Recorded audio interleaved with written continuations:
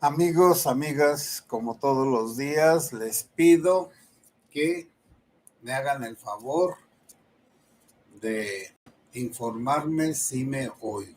Si no, pues para irme al Facebook. Soy el padre José Luis Barragán, que transmite desde La Loma, Jalisco. Pertenezco a la diócesis de Apatzingán. El tema que hoy he tomado es un tema vivencial, algo sobre uno mismo, de la aceptación de uno mismo. Por favor, como estoy acá en el YouTube, háganme saber si se oye o no se oye. Muchas gracias. Bueno, buenas noches. Voy a tratar un tema pues un poco raro, de la aceptación de uno mismo, de los demás y pues de la propia historia, pero más bien es lo que a uno le ha tocado vivir, que a unos son cosas buenas, a otras cosas malas, a otras cosas regulares, y muchos de nosotros pues tenemos todo junto. Bueno, en la vida normal pues no vamos a tener como grandes acontecimientos, aunque puede ser pues, que sí los haya, que no. Pero en la vida ordinaria, los grandes acontecimientos se dan solamente pues en situaciones especiales. Pero bueno, voy a comenzar con la aceptación. ¿Qué es aceptar? Aceptar es estar conforme con algo. Primero, no estar disconforme, no estar en contra. Bueno, hay aceptaciones de cosas que las hacemos por la fuerza, por conveniencia, por interés, por falsedad, por hipocresía, pero en realidad aparentamos que aceptamos. La aceptación es otra cosa, es como una pregunta. ¿Te gusta?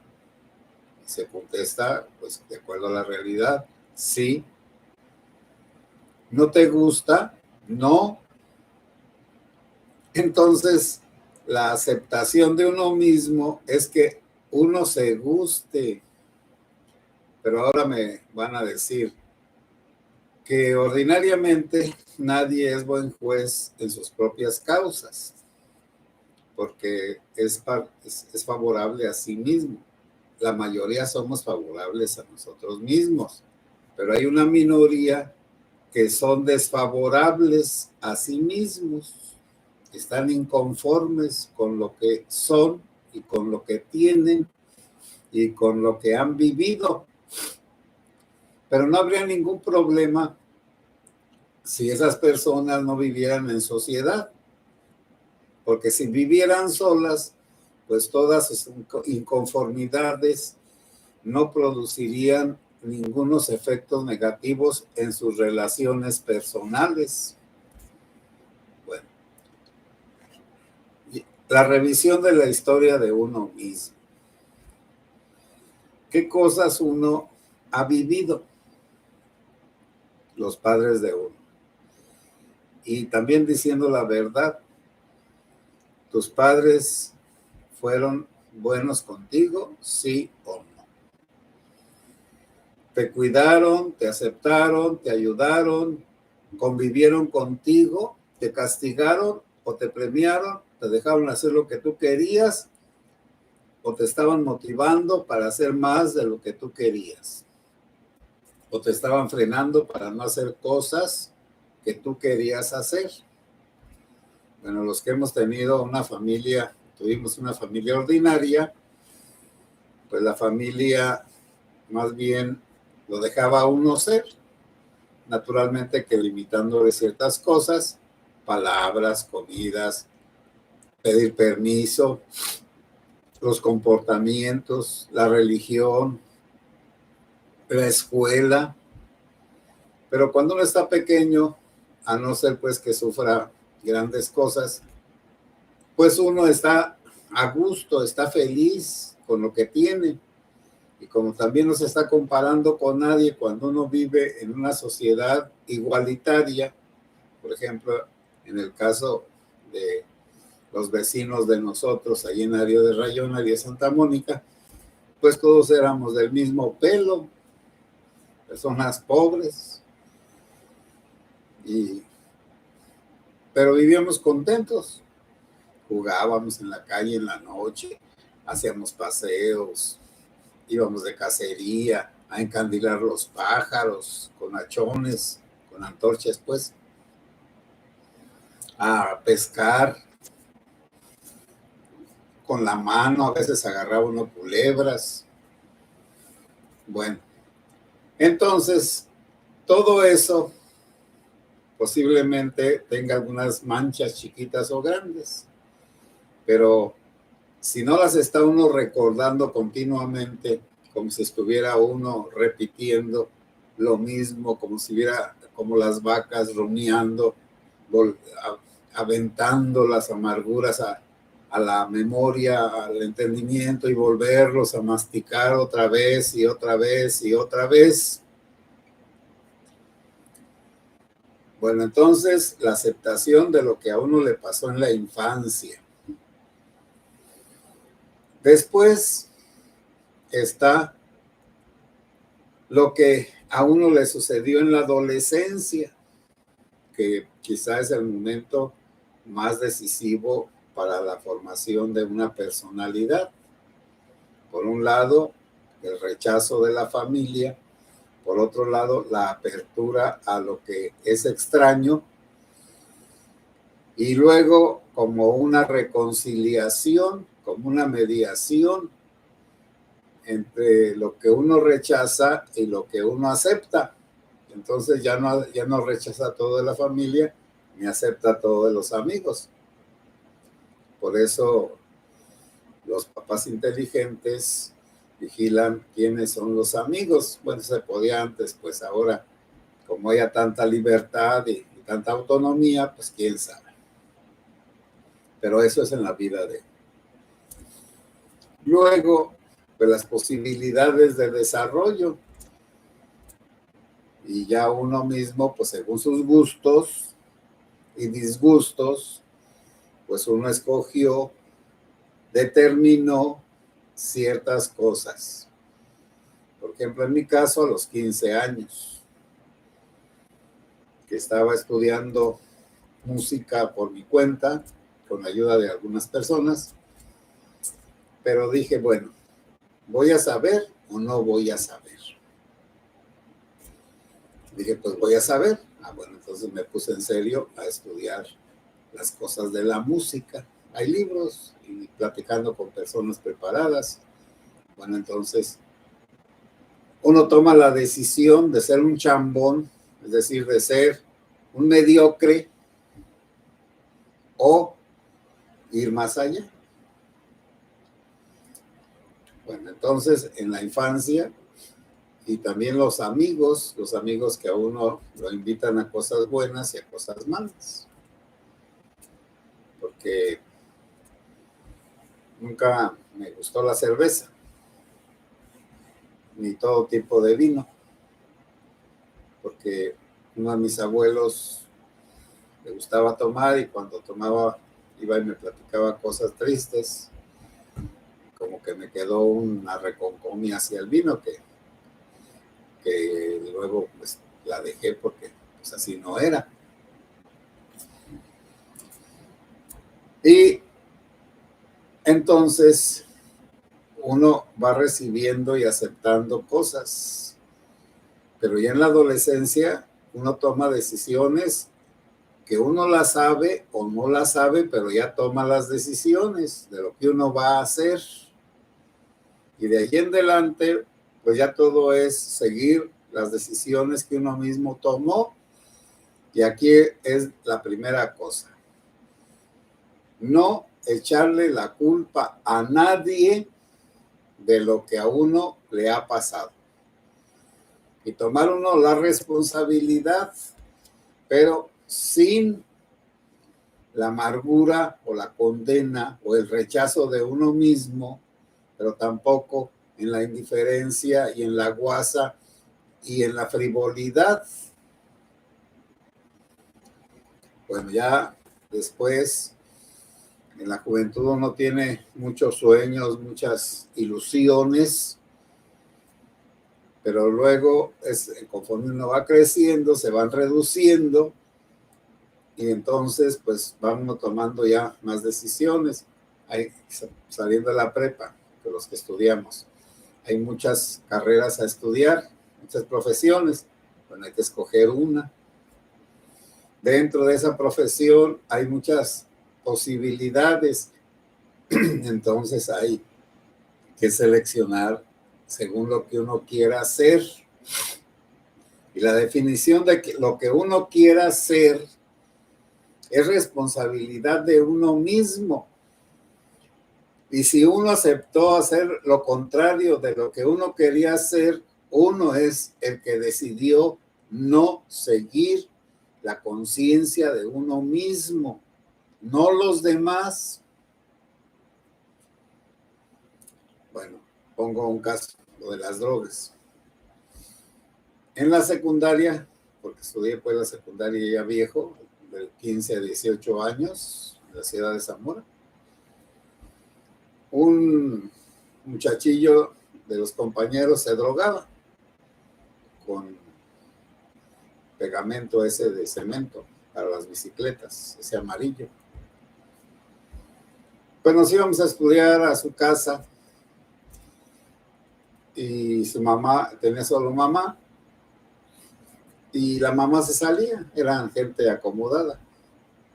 Y ya un día sacó una bolsa de plástico, de esas transparentes, y ya le vació ahí un poco del cemento ese, y luego lo apretó para que se pegara en las paredes de la bolsa, y luego lo infló la bolsa, y luego ya nos ofreció a nosotros, éramos otros dos, el otro compañero pues le dio un toque, y el chamaco pues se dio un toquezote, yo no quise por cobarde.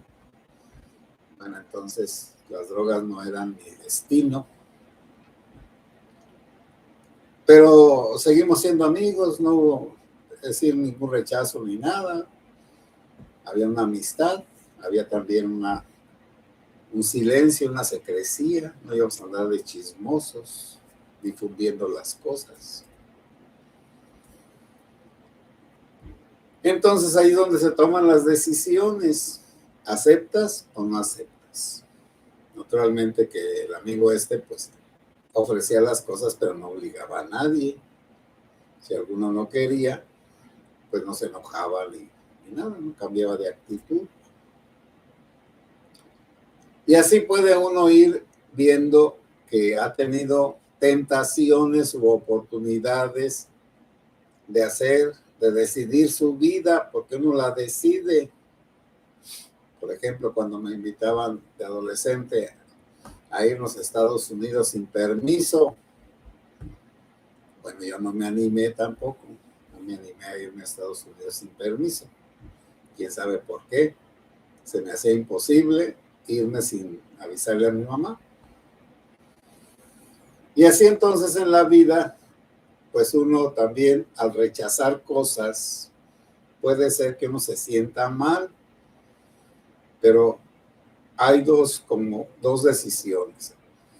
Acepta las malas proposiciones, atente a las consecuencias. Rechaza las malas proposiciones, atente a las consecuencias.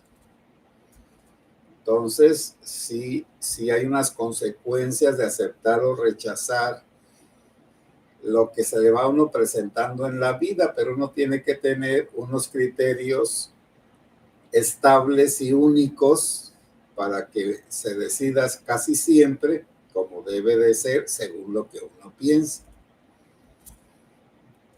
Por ejemplo, eso de que en mi casa lo de robar era lo peor. Bueno, entonces se le queda uno grabado. No robes, aparte de los mandamientos de Dios, no robes. El que roba es un ser de baja calidad. No seas aprovechado con los demás, ni interesado ni hipócrita. Nos decía mi mamá, que en paz descanse. Cuando vayas a algún lugar, aunque te estés muriendo de hambre, si te dicen que si quieres, diles que no se te note el hambre. Y también no te vendas. Bueno, entonces el rechazar lo que a uno necesita, pues le cuesta un trabajo, pero eso le sirve a uno en la vida, porque entonces hay lo que se llama pues vergüenza, la vergüenza, ten vergüenza. Por ejemplo, recuerdo un evento de mi hermano. En una ocasión creo que se emborrachó, como los adolescentes a veces lo hacen. Pero oyó que dijeron, porque estaba tirado pues en la calle, vamos a avisarle a su mamá, la Julia, pues. En cuanto oyó que dijeron, vamos a avisarle a su mamá para que venga a recogerlo, que se levanta y que se va a la casa. Esa es la vergüenza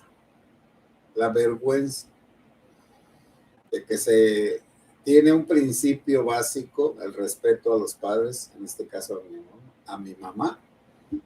Bueno, entonces ese principio lo hizo no ser borrachín de la calle, no es alcohólico ni nada.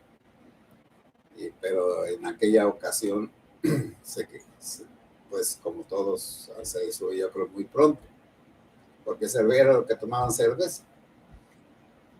Entonces, esa es la vergüenza, que uno escucha algo y ese algo que uno escucha lo corrige por lo que a uno le han enseñado. Bueno, entonces, primero es la comprensión de uno mismo, el conocimiento de uno mismo,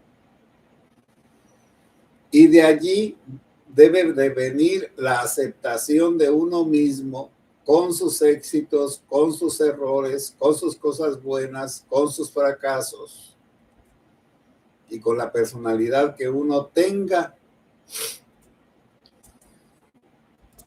Y así como uno es cada quien, es cada uno. Por lo tanto, la aceptación de los demás parte de la aceptación de uno mismo, porque como dice el dicho, el que no está conforme con él mismo se la pasa peleando con los demás. El que no reconoce sus errores siempre está echándole la culpa a los demás de lo que pasa. Y el que no es responsable, pues siempre se hace a un lado para que otro de los familiares se haga responsable. Es natural. O de los compañeros del trabajo, o hasta de la escuela. Y está el tonto inteligente, que es el que hace todas las tareas. El tonto inteligente trabajador, que es el que hace todos los reportes, todas las cosas, mientras que los otros se la pasan perdiendo el tiempo, pero ya saben que hay un tonto inteligente porque sabe hacer las cosas, les hace bien, pero que por querer quedar bien no guarda un respeto hacia sí mismo y por lo tanto los demás no lo van a respetar. Y la historia de uno mismo, pues creo que esa es el conjunto de todas las cosas, lo de uno, lo de los demás, la familia, el barrio, la colonia, el pueblo, el rancho, la demarcación, y entonces ya uno pues tiene como una armonía personal, sabiendo que no todo ha sido bueno, pero tampoco ha sido malo. Que uno ha sufrido en la vida, pero también ha gozado. Que uno ya tiene enfermedades de viejo y que en la juventud tuvo una salud de hierro. Entonces, aceptarnos como somos según la edad en que estamos. Naturalmente que es un trabajo personal y muy difícil. Bueno, a veces se puede ayudar, pero puede uno pedir ayuda y de hecho así se hace, pero pues solamente con aquellas personas que son serias y que son buenas. Bueno, a nosotros los desde seminaristas y de sacerdotes se nos ha pedido que tengamos un director espiritual, que es como un amigo al que le contamos las cosas como son o como creemos que son, y que en cierta manera nos comprometemos a seguir lo que nos aconseje.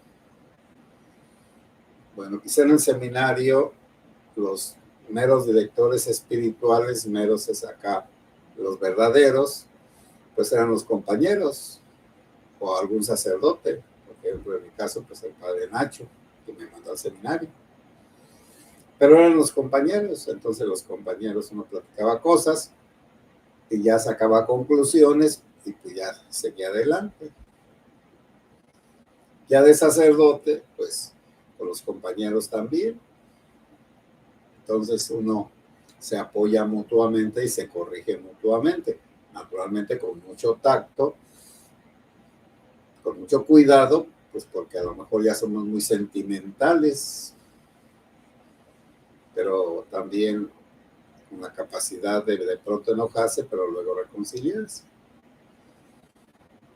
Y ya va uno aceptando lo que uno es y también aceptar lo que algunos dicen por tratar de ofenderlo a uno, porque hay personas ofensivas que dicen cosas malintencionadas para ofender a uno, porque como viven en un desacuerdo consigo mismos, entonces su modo de defenderse es ofender a los demás, o criticar a los demás, o rechazar a los demás, eso ya depende. Bueno, y lo de ser uno, aceptar uno lo que es, pues sí, lo que uno es, lo que uno quiso ser, y si pudo, qué bueno, y si no pudo, pues también, tenerlo muy claro. Bueno, este tema da para mucho más, pero ahí le voy a dejar. Rosalba Espinosa, buenas y bendecidas noches, padre. Buenas noches. Lorena Carrillo, si se escucha. Buenas noches, padre. Gracias. Rosa López, hola, padre José Luis, que Dios y la Virgen lo cuiden y lo protejan siempre a usted y a toda su familia. Y le pido sigan orando por mi esposo Pedro, que está muy grave todavía. Pues sí, todos los días hacemos una breve oración y ahí le vamos a pedir a Dios por la salud de Pedro. Clemente Rodríguez, buenas noches, padre, saludos, saludos, Clemente.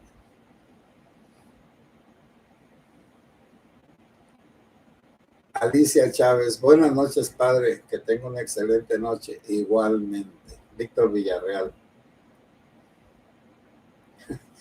padre, ¿por qué Dios existe y el chamuco no?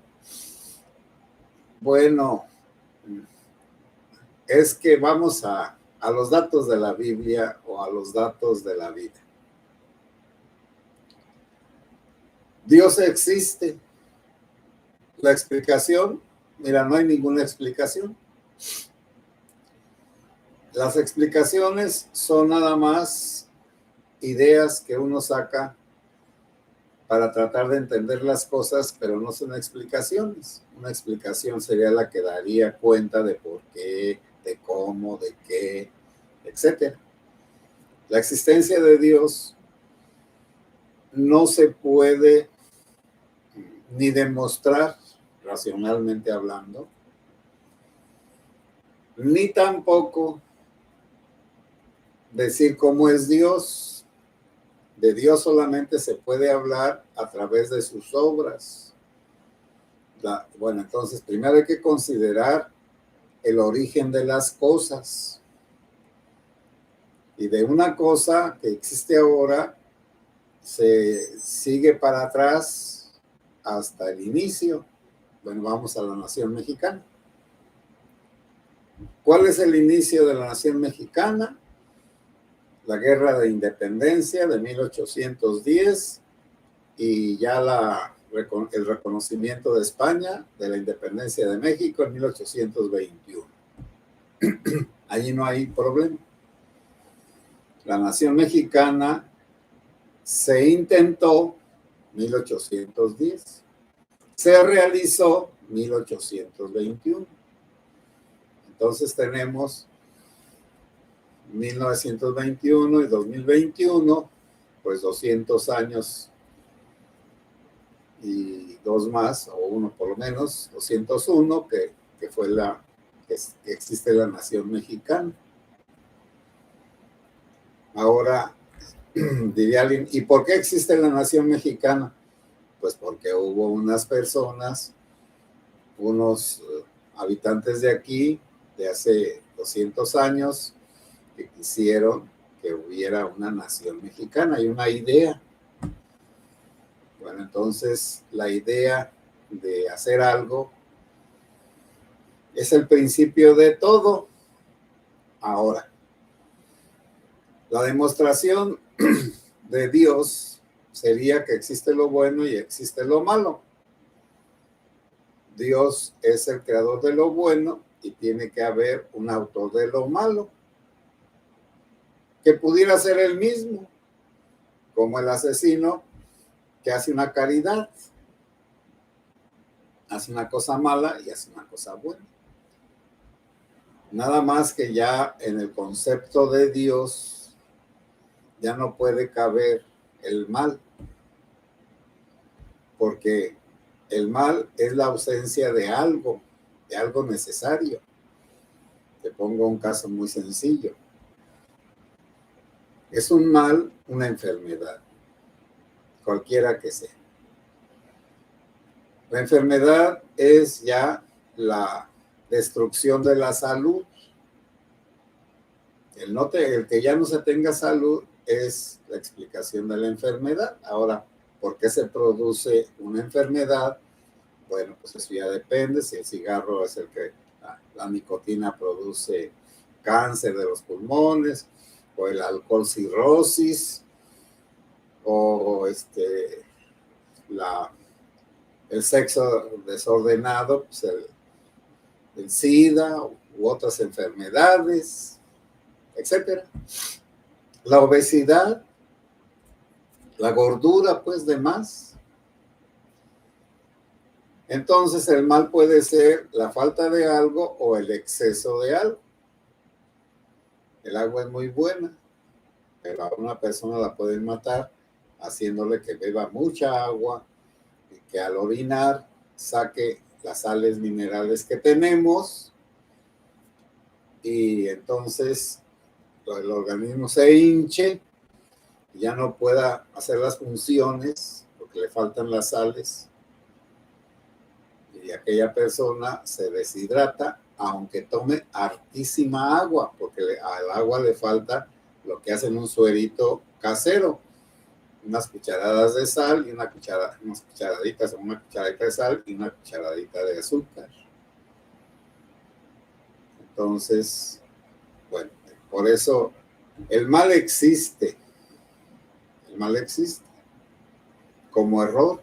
2 y 2 son 3, 2 y 2 son 5. El autor del mal, bueno, nosotros creemos que es el demonio. Creemos. Bueno, el mal existe independientemente de que creamos en Dios o en el demonio.